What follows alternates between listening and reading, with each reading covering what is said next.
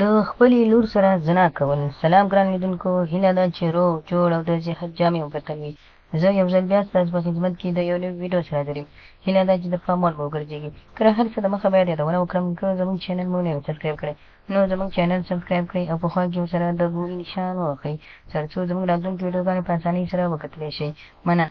په یو کلي کې یوې کونډې ژوند کاوه چې هغې کونډې یوه لور هم درلودله.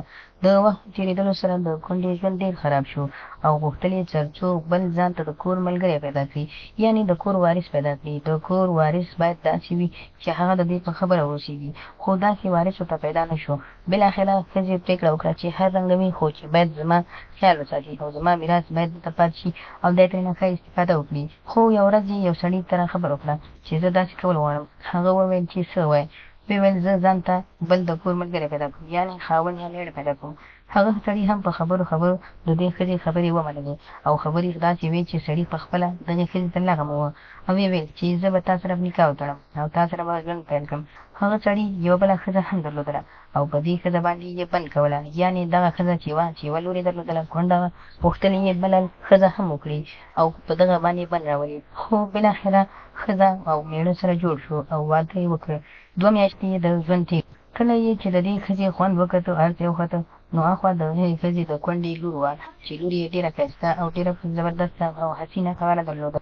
غوښتل یې د دغې نجلۍ سره هم نکاح وتړي، یا هم که په زور وي که په غصه وي، ځکه کله چې انسان ته شیطان ور په زور شي یا هم پر سر یا پر وږو وخېږي، هغه بیا د هر څه نه تېرېږي او هر رنګه کار کوي. د ښځې 2 میاشتې او د خاوند هم 2 میاشتې ډېرې شوې. د دغې نجلۍ ته یې پام شو او غوښتل یې تر څو د دې نجلۍ سره په زوره نکاح وتړي یا هم په زور ورسره زنا وکړي.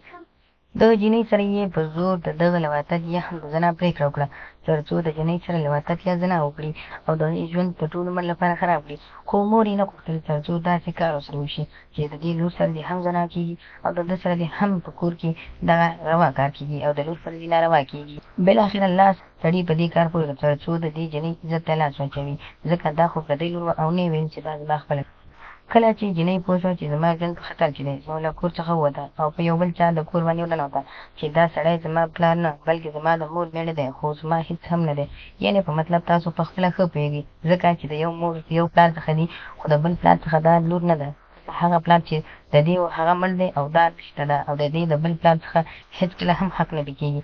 نو نجلۍ بالاخره د خپل چا کور ته ننوته، چې کله ننوته هغه هم سمدستي د جینۍ خبر ومنله او په سړي پسې راغی او داسې کار یې ورسره وکړ چې ټول عمر ورسره نه و شوی. د خپلې ښځې هم اجازه وه تر څو خپل دغه 2 میاشتې چې د خاوند سره تېرې کړي په سر وولي او ختم یې کړي، ځکه دا یو داسې شخص و چې ده نه غوښتل داسې یو ښه کار وکړي، ځکه ده د وارث یعنې د جایداد وارثت ته پاتې و او د جایداد ته یې سترګې پټې کړې وې او بل غلطو کارونو ته یې مخه هم کوله. نو ځکه الله پاک ترې امتحان واخیسته او ختم یې کړو او د دې دنیا څخه یې لرې کړو.